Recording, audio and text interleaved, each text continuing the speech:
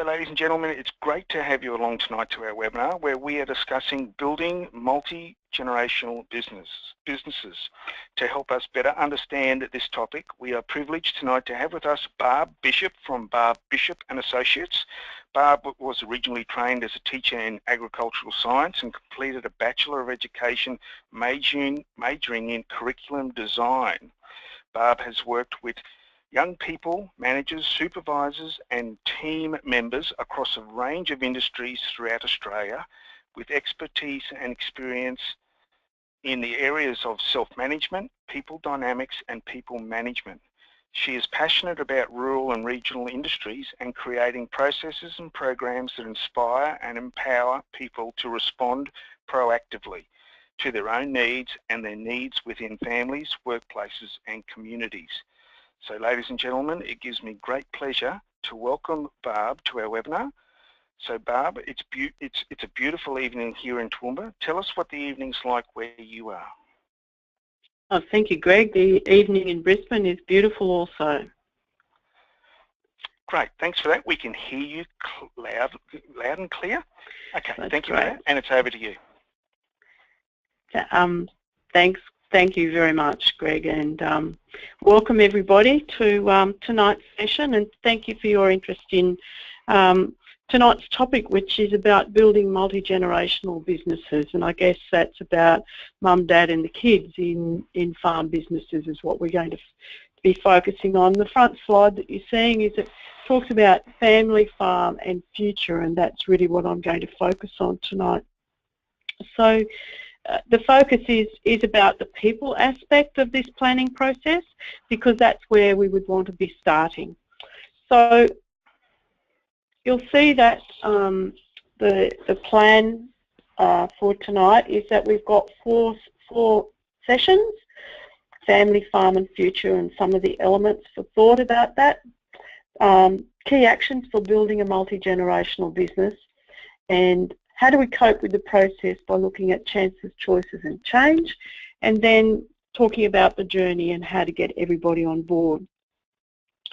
Some of you already submitted some questions to me when you registered, and there'll be some of those questions that I won't be addressing at all tonight because I'm not an accountant and I'm not a lawyer, so my specialty is in the people management side of the planning process, and so they'll be the things I'm focusing on. Greg's already talked to you about asking questions, and there'll be an opportunity to ask questions after each of those four sessions, and Greg's already explained to you how we're going to go about doing that. So let's go to the first session, which is I've titled Family, Farm and the Future. And looking at some of the key points about that, you'll see that planning is the top dot point on your slide. And that's because Family, Farm and Future is all about planning. I know some of you are probably sitting there groaning at the very thought of this, but it's interesting how much planning we put into some of the smaller things that we do in our life, like our holidays and some of our family events, whether they be birthdays or Christmas or weddings. But often we neglect to plan for the biggest thing in our life, and that's the future for our family and our farm. So you will hear me talk about planning many times tonight, and perhaps you'll need to get used to that from the first slide. So one of the things about planning, and I get asked the question a lot when I'm not using the word succession planning tonight because I like to think that succession plan frightens a lot of people off, and I want to think about families planning their future and involving their farm in that. And I often get asked, when should you start? And my statement to that is, you need to, if you haven't done it by the time your children turn 15, it might be just running a bit late. And people go, oh my God. But it's never too late. It just gets harder and harder as we push out the time frame for being able to put the planning process into place. So let's have a look at three key things that we need to do in that planning phase. The first one is about setting family goals. So we need to be really clear about what do the members of your family want in the short and long term, and to be able to have that discussion. And I guess one of the things that I often say is don't forget about mum and dad, because we often talk about what the next generation want, but it's very important to be really clear about what mum and dad want as well.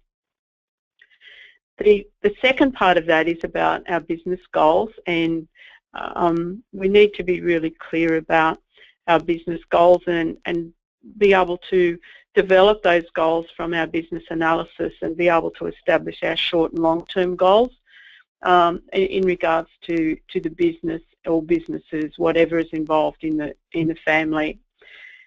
And then having done those two steps, and bear in mind tonight's webinar is not going to give you all the tools for how to do that.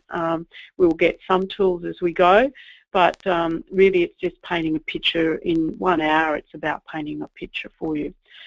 So that allows us then to think about our future by analysing what our family needs and goals, and to be able to look at have done the business analysis.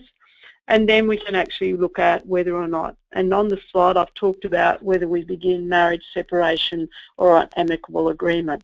Because clearly at that point it gives us an opportunity to see whether or not we're in a position to meet everybody's needs and what is going to be the best option for that.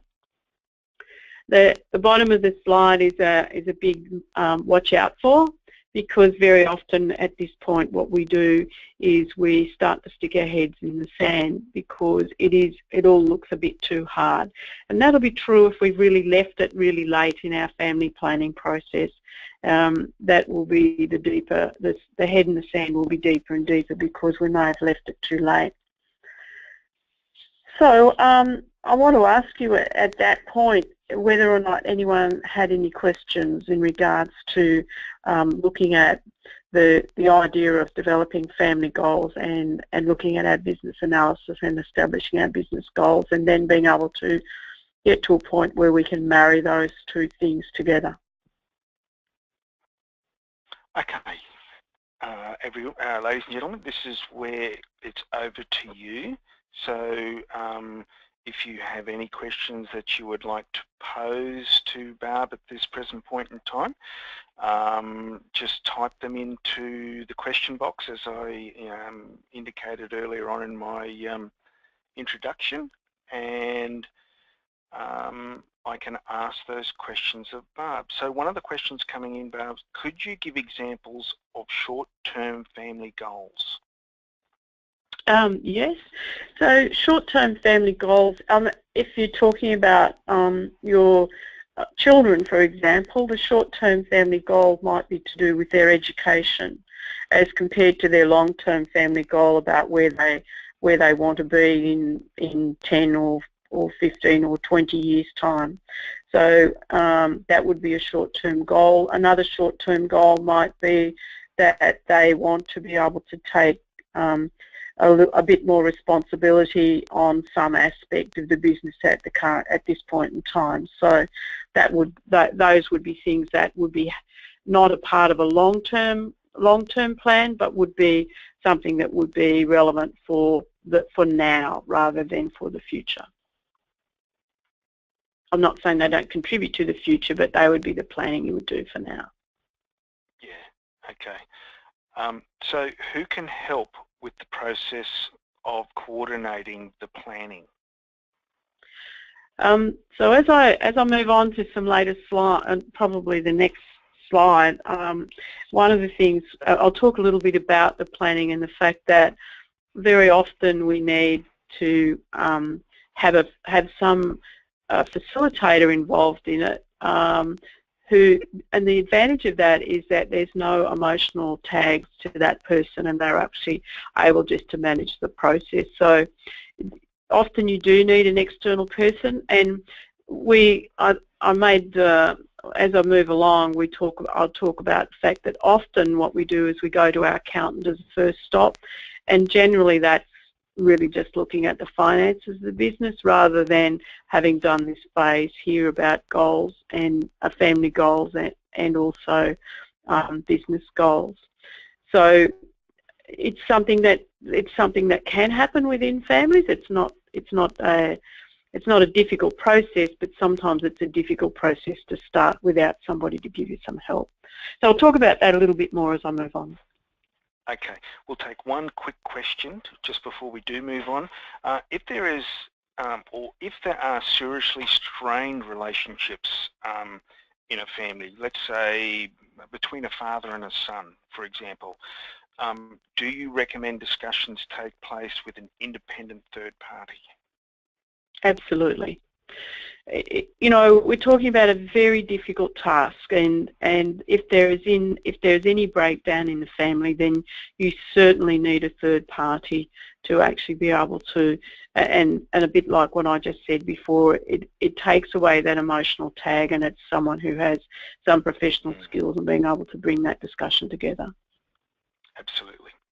All right. At that point, it's probably a good segue to keep on going with your presentation. Thank you. Thank you. So some of the questions that were just asked will are being answered in this next slide, which is about you know, what are some of the tips for building that multi-generational business, and these are, you know, they're going to end up being headings more than huge amount of detail, but I'm happy to answer some questions again. So you'll see that planning happens again, and you'll keep hearing that. But the aim is to develop a game plan, and I guess into putting your game plan together, there are some really key things that we need to focus on. And I really want you to think about these being some tips. So the first one is that it is a process, and I guess I'll step back a little bit from that and say, you know, it's okay not to know where to start. And as I said in the answer to the previous question, sometimes we begin with our accountant asking some of those questions, and what we really need to do is we need to really start with family issues first. So rather than getting into the accounting and the legal side of the planning process, it's important just to get people talking to one another. So that would be your starting point. Remember that it is a process, and there needs to be some structure. So if you don't have the capacity to create that structure, then you need to draw on someone that can give you, and it could be someone that just provides you some guidance about how to run that process, might provide you with some templates for getting you started, or in fact it might be somebody that can actually come in and help you. One of the things is that you know, to get these things going, it involves a lot of honesty, capacity to do some brainstorming, and also decision making. And this is not about the final decision, but it's about all the little decisions that you need to make along the way. For example, you know, how do we meet? How do we have the discussion? Who do we get to come in? Some of the families that I currently work with, you know, it's a big deal for them because they're opening up their lives and their families to an outsider, and so you need to make some little decisions about what you're happy, you know, who you're happy to have and how that might work. So there's lots of little decisions to be made. We shouldn't be jumping to that final decision too quickly. Of course, it takes time, and we need to be able to put aside some really clear, uninterrupted time. If you've ever worked with me in any other environment, you will have heard me talk a lot about pillow talk, and one of the things that often happens is some of these planning meetings happen on the pillow, and therefore it doesn't include all members, but it's also not a great time for us to be having that conversation. We need to be thinking about it as a business decision, and therefore we need to be putting aside really good quality time where we can actually be sitting and having those conversations and being able to be honest and to be able to brainstorm ideas to make that happen. So setting aside some uninterrupted time to be able to sit down and discuss the details, and actually being able to create those times and making the schedule and then sticking to it. It's really easy. It's like having staff meetings in farming businesses. There's always more important things to do than have a staff meeting. So to make this work, you really have to be able to put that schedule together and stick to it. And I would say that, you know, you need to do a schedule for a year, because expect for it to take at least a year to put your plan together, because it's going to take that long for all the conversations to happen and the ideas to come forward and to get to a point where you've got an action plan. It requires everybody to have some input, so it's very important. So one of the things that I experience when I'm working with farm families is that I'm only working with perhaps parents and one sibling who's currently working on farm, and then I find that there are 3 other siblings that are not on farm that are doing something else. But it's very important that that meeting includes everybody.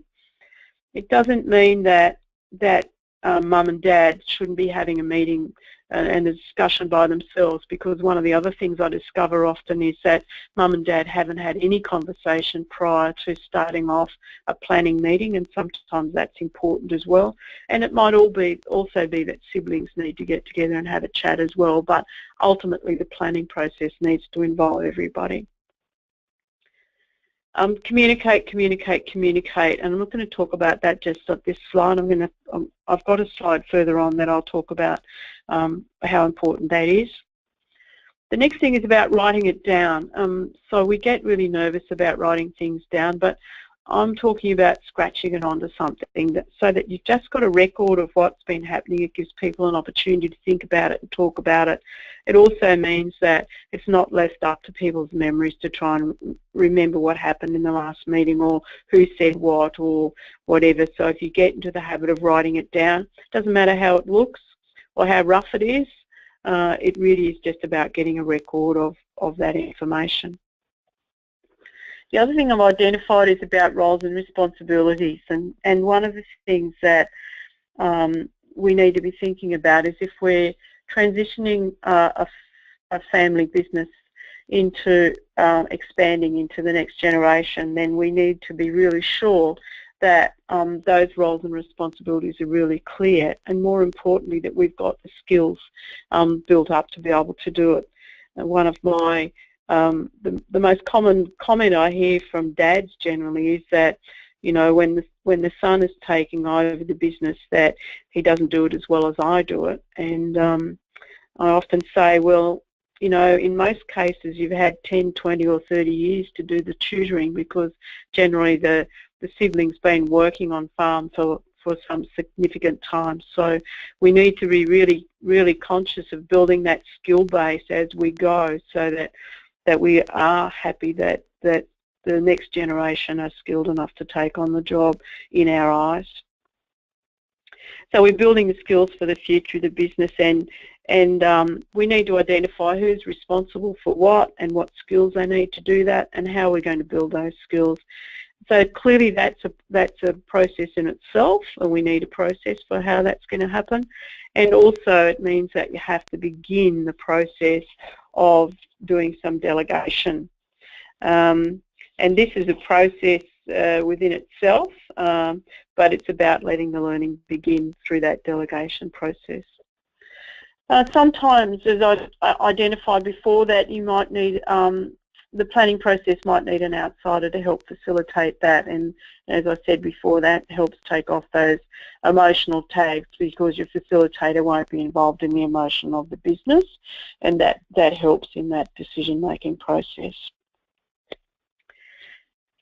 Greg, I'm happy to take more questions if there are some there. Okay, again everyone, if you do have any more questions on what Barb has just delivered, please feel free. Start typing them in and I can ask those questions of Barb. I have one for you, Barb, just while the audience is sort of giving some thought to what you've just done. If you're looking at it from the perspective of, say, the son or something like that, how do they communicate their interest in becoming involved in the family's business? Well, that would happen in that family goal discussion where, you know, the first step is families need to sit down and be really open and honest about what their short-term and long-term goals are. And that's why it's really important to do it early in the piece so that you've got, you know, some idea about what the aspirations are of your family. Mm-hmm. And obviously that goes on to starting that culture of holding those regular family meetings. That's right. Yeah. Okay. And you know, when we start that process, often it's a blank sheet. People haven't thought about it, you know, or you know, particularly when I'm working with next gen people, they will say, well, my long term is I want to own my own farm, or I want to run this farm, or whatever. But it, you know, that there's no the substance of the decision isn't there. So you've got to work it backwards and work out whether or not that's really how they want it to be. Yeah. Okay. There are no more questions coming in, so we might just continue if that's okay. Okay, thank you for that. The next section is about, you know, the process of building our future is about chances, choices, and change.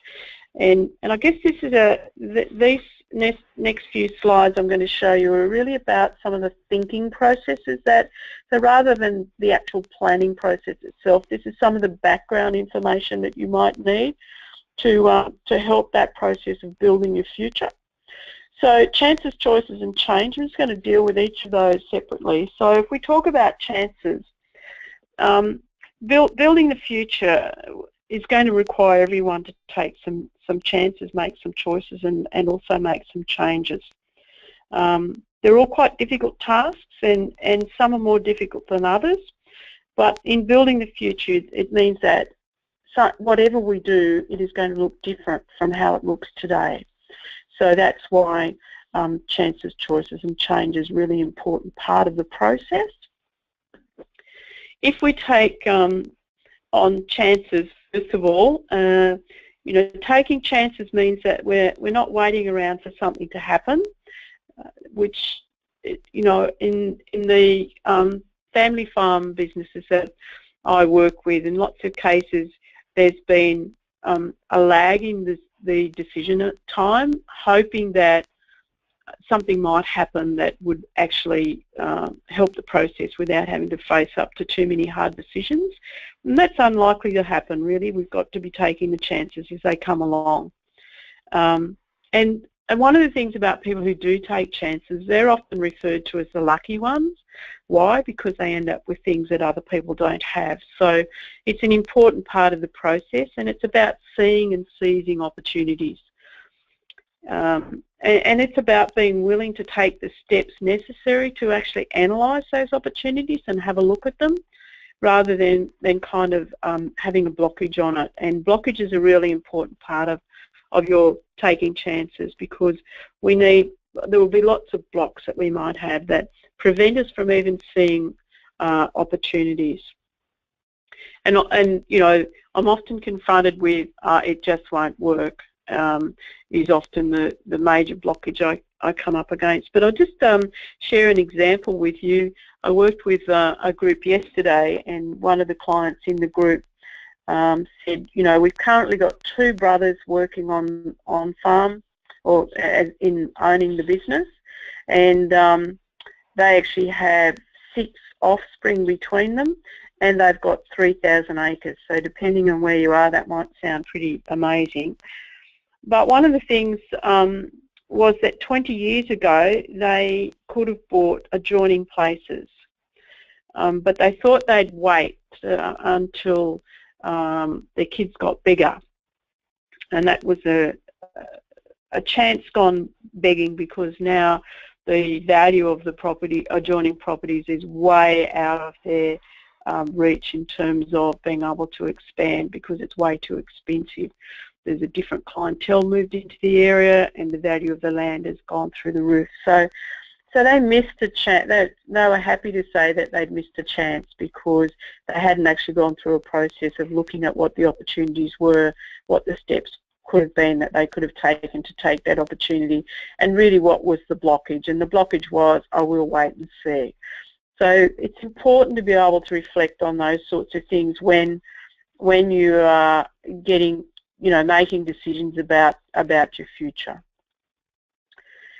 Helen Keller said the only thing worse than being blind is having sight but no vision, and that's often the case when we're talking about planning.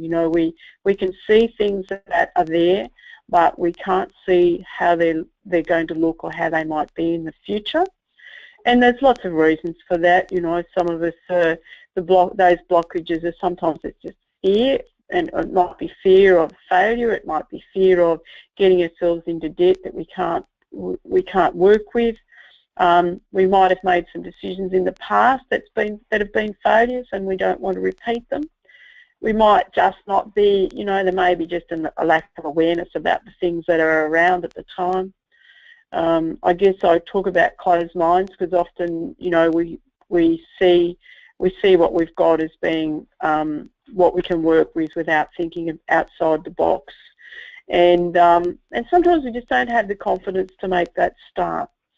I talk about closed mind because I'll give you an example. I was involved in working with farms during dairy deregulation back in 2000, and we had a meeting of a group of farmers, and dairy farms are small holdings, so a couple of 100 acres, and if you're not going to dairy on that anymore, and also you've got often 3 generations sitting on 200 acres, and you suddenly have that taken away from you, you have to start thinking, well, what on earth am I going to do? And I remember sitting in this room where people were pretty glum about their future, and one guy in the room said, I'm going to breed quail. And the rest of the people in the room just laughed and went, oh, what an idiot. But really that was a closed mind syndrome, because that guy had already done his thinking about what were some of the opportunities out there that he could actually work with his business where he had only a couple of 100 acres and could have a very profitable business. So being able to see those blockages that you might have to opportunities is a really important thing to be able to move from. The second one is about making choices. So when we begin the planning process, and that's at the family goals and business analysis stage, you'll be presented with lots of choices, and sometimes these choices are exciting, and other times they might leave us feeling like this signpost where we've got so many balls in the air that we just can't kind of make a decision, or can't imagine how we could possibly make a decision. So 4 things that really help that process are being really clear. So I guess these are tips about making choices. We need to be really sure about what we want and what the family wants. And we also need to watch out for the paradox of choice. The more choices you have, the more difficult it is. And I guess less is better in this case, and a good example of that is that if you go to buy some tools and you just use your local supplier, it's much easier to make a decision about what tools you're going to buy than if you go to a large retailer where you've got lots and lots of choices, and then you find yourself going, oh, I can't decide which one I want, whereas when you're only presented with one choice, it's a pretty easy one. So when you're thinking about, when you're looking at that plan and you're making decisions, then you need to be able to work with less choices rather than more, because it'll get too complicated. Decide on some logical steps that will help you make those choices, and then stick to the steps, and the next slide's going to help you with that. And then begin at the beginning. Sometimes we get so enthusiastic about the outcome that we want to have that we go to the end rather than doing all the little tiny steps at the beginning that will help us make good choices as we go. So this slide that you can see now has got 7 steps in the choices plan. So number 1 is prepare your mind. So are you ready, or are you still in the state of I'd like it to stay the way it is, or we'll get round to doing it later? So you need to be sure that the mindset is ready for what you're doing. And I guess a question might be, well, how do we get to that? And my night tonight's probably not long enough to answer that question, but I'm certainly happy to field those questions and try and answer them for you later on. The second one is that we need to get together and brainstorm options. So many heads make many ideas, and remember, this is not a decision step, so we need to accept all the ideas and not make any judgments about it. And that allows us then to get to the third step, which is about weighing up possible outcomes, so that you can actually think it over, talk it over, sleep on it, and do whatever you might need to do to actually be able to weigh up those ideas and analyse those ideas that have come out of the brainstorming. And that process is step 4 as well, is about making sure that you have actually taken the time to think about it and talk about it and sleep on it over, and maybe consult with others, and maybe with experts as well to help in that process. After all this work, you're often then in a position to be able to make a choice about what it is, what is your journey going to look like. And then the next one is that you need a plan for implementing it, and you need to get excited about the choice that you've made, and don't let yourself go back to the talking about, you know, the good old days, or it was better when we didn't have to do all this stuff, or whatever it might be.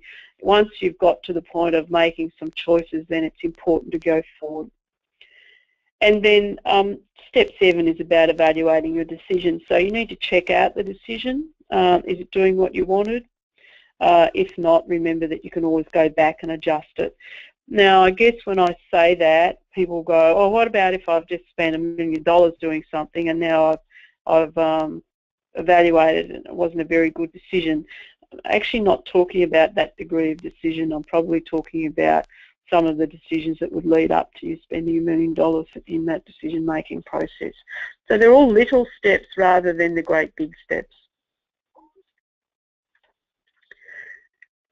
The next one is about change, and no matter how you look at the future, it always requires some sort of change. So I'm not sure about, you know, the real demography of people that are on tonight, but won't matter what you're going to do in the future, there will be some change required, and change in itself is a process.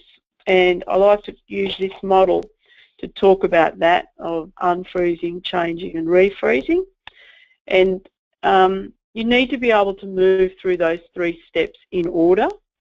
We mostly start in the middle, and that's why we have difficulty in either changing our own behaviour or changing the behaviour of others. I often see you know, where we implement something new in the workplace. You know, I don't want this job.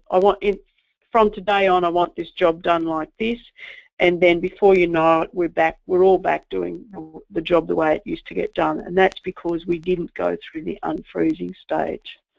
We just went straight to changing.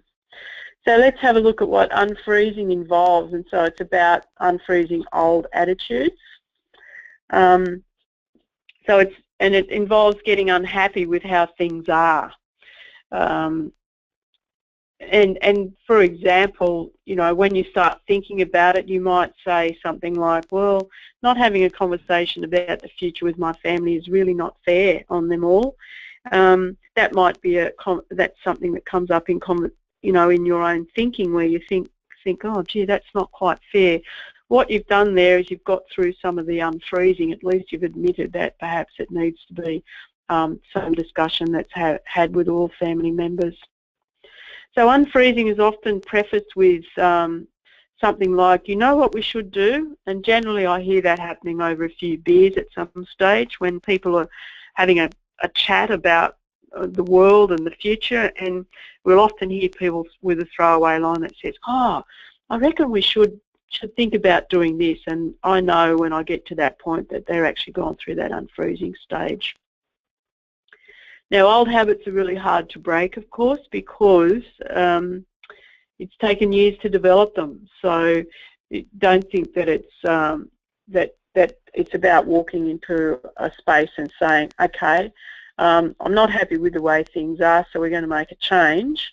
It will take more time than that. And some people will unfreeze quicker than others, and some people will stick by their old habits and attitudes for a long time, but you shouldn't let that always stand in the way. Moving forward with those who have gone through unfreezing often creates a flu-like process where once it starts to rage, everybody's likely to catch it. The next one is about actually implementing the change, and so once we've decided that change is worth a go, or in fact it's a good idea, then we can actually introduce whatever the change is. So whatever in your plan, or it might even be only in developing your plan at this stage, that the change that's required is that the family actually sits down 3 times a year and actually has a discussion about the future of the business. So that might be what the change is. And that change process needs to be quite systematic so that you're sure that everybody's on board with you. It's not a one-person game. It means that everybody needs to be involved. And then the last step is the refreezing step, which is really important. It's actually the critical step, because what we're doing now is we're consolidating the new habit or idea or whatever it is. So if the change was that we're now going to have 3 family meetings a year, then to consolidate and to refreeze that habit, then we need to create the schedule. Everybody needs to have it in their diaries. We need to clear a space where no one interferes with that time. That would be a part of the process of refreezing. So remember that how we got our old habits with lots and lots of practice, and so one of the things, and doing it over and over again. So the same thing needs to happen with the new habit. We need to do it over and over again so that it becomes a new habit or a new attitude. And so it's going to take lots of practice. So the discussions, sharing, talking about it, and talking things through. So that when we're talking, whatever change we want to make, and as I said, the change could be that this is the first time the family sat down and had a meeting about the future. If that's the change, then remember that we've got to go through unfreezing, change and refreezing. Now, I haven't got time tonight to tell you a whole lot of tips about how to do each of those things, but just to start to think about the concept is important. Any questions, Greg? Yes, there are actually, Barb. There are a few questions that are coming in. So one of the questions that has been posed is, how do you divvy up the wealth or value of properties when only one of a number of siblings want to take on the enterprise? And I think that was one of the questions that was on the sheet, and I actually can't answer that. I'm not anyway qualified to answer that question, because that's it's a economical accounting type question, rather than a people question. It does have a people component to it, because clearly you need to be having that discussion, but I can't answer that question. Okay. Another question is, how long would you say to allow for identifying and developing goals? Some people really struggle with defining the goals to be able to move forward. Yeah, well, to give you some examples of that, there's no defined time because everybody moves at different paces, but I've certainly got some clients at the moment where it is, we've been looking at that phase for 8 months, because it's been so complex and so complicated. We had to do an awful lot of unfreezing because not everybody wanted to participate to start with, so we had to spend a lot of time doing that. People were really confused about how to set, what their needs and goals were, and so we spent a lot of time doing that. So yes, quite a long process. Okay. And one last question here is, how often do you find people surprise family with their own individual goals? Almost every time. which is mostly because we haven't had any discussions when family members are young. Or, you know, I don't mean babies, but I mean that they're, you know, they're at a stage where they're making decisions. So almost, yeah, that's quite a common surprise is a very common outcome. And I suppose that and that in itself needs, yeah. Sorry. To further discussion. That would lead on to further discussions with the family, obviously. Yes, and it, you know, it also, it throws up a bit of a spanner in the planning. Like, you know, it just means that that's another thing that has to be addressed, and often it's an emotional thing because, for example, you know, a son who's been working on farm suddenly discloses that he doesn't actually want to do it anymore. Yep. So that can be quite complex. Okay, I don't see any more questions coming in at this time, so if you wish to Okay, we'll push on. I'm conscious of the time, so we'll push on then if that's okay. Yep. Okay, so the next thing is about the journey. How do we, you know, what are the key things in taking the journey?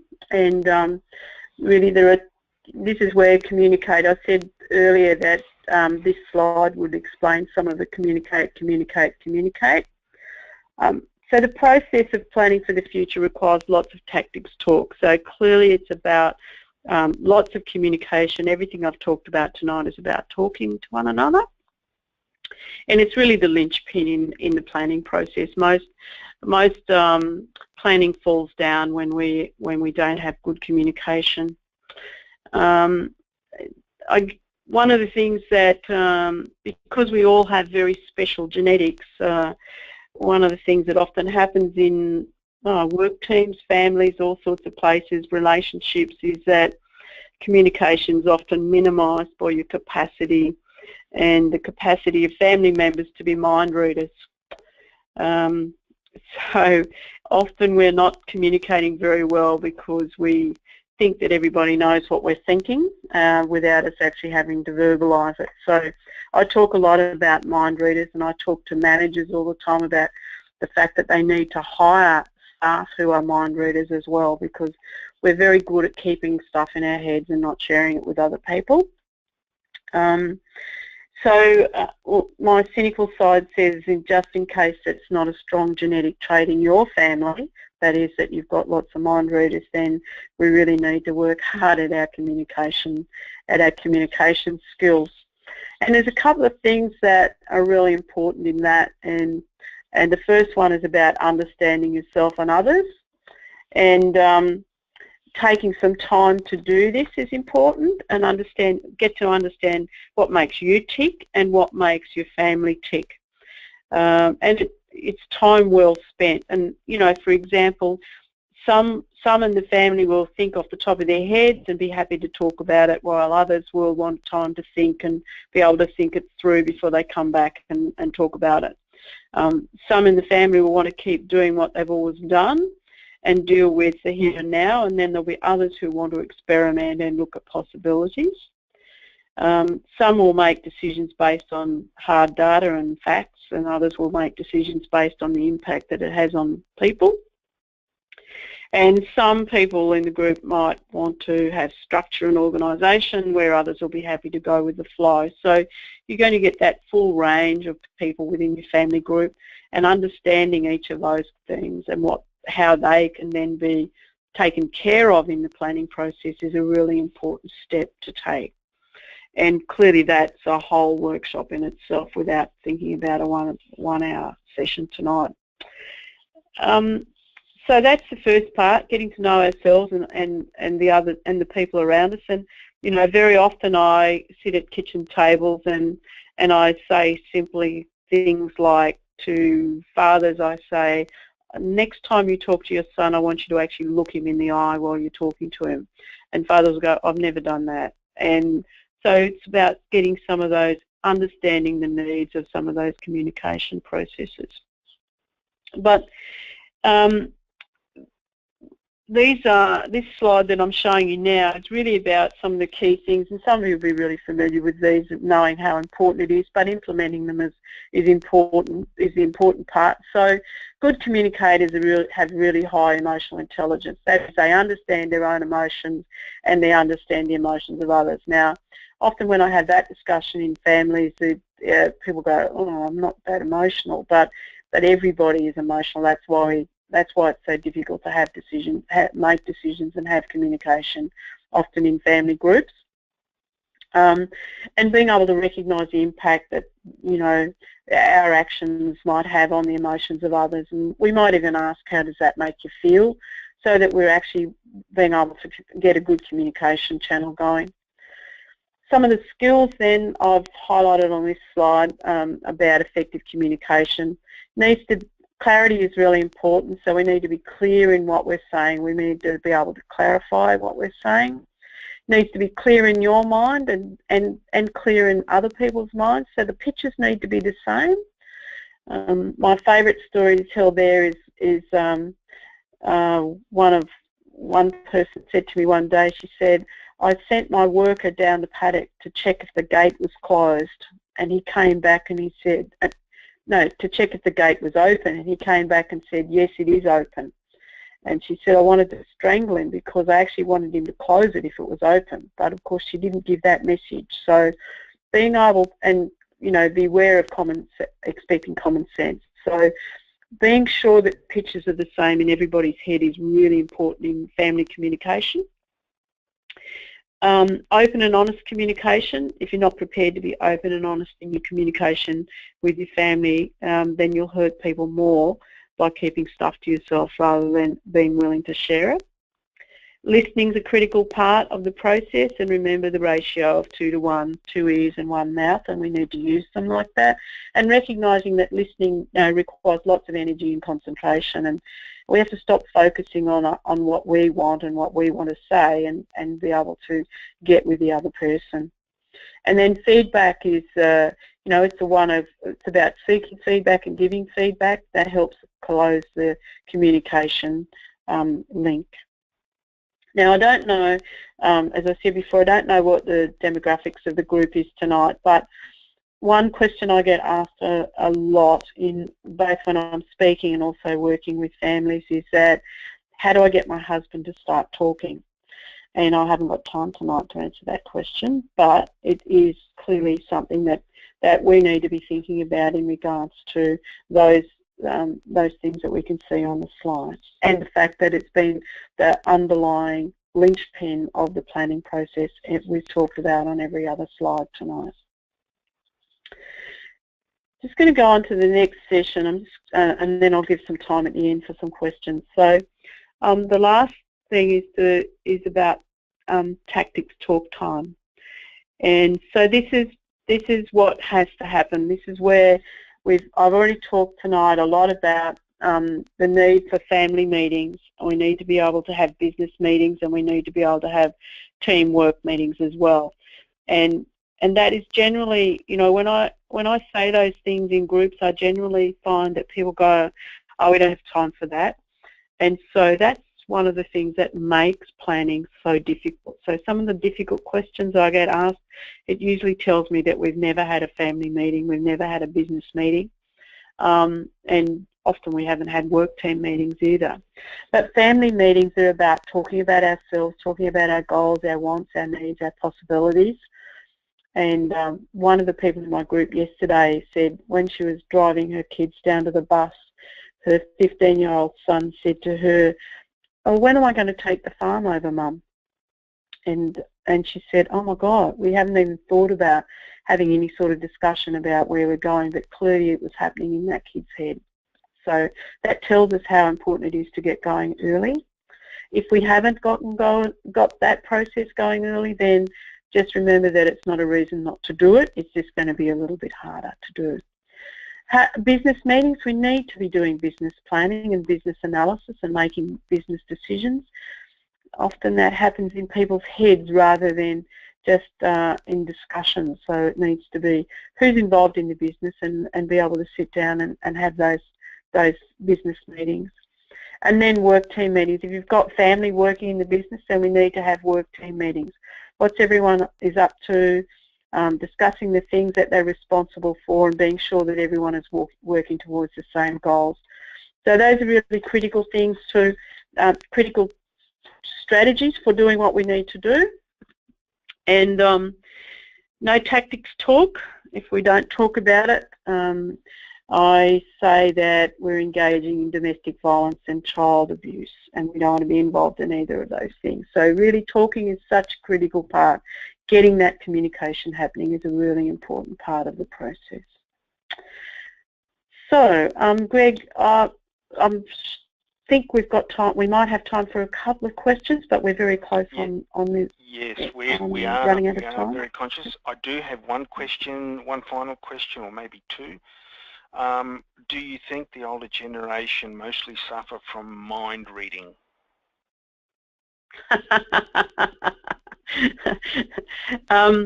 Yes, I think so. I think that that's a bit like, yeah, the mind reading is really, everyone thinks they know what's going on. Yeah. Yeah.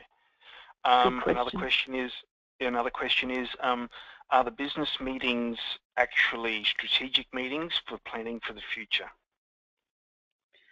I think they need to be both. I think they do need to be strategic. I get so excited when I see farm businesses having strategic meetings, but they also need to be update meetings as well in terms of business performance. And if you've got, you know, when roles and responsibilities have been determined, then part of the responsibility is that whoever's got that responsibility for whatever part of the business it is, they need to be, you know, giving updates and what have you. So it needs to be both. Okay, and one final question. I'm very conscious of time. Should the 3 meetings be separate, or can they be combined? Initially they probably need to be separate, because it's the easiest thing to talk about is the business. The hardest thing to talk about is what the family wants and what individuals in the family want. So initially it is very important to keep them separate, but once the process has been established and the schedules are there, then it could be in the same meeting, yes.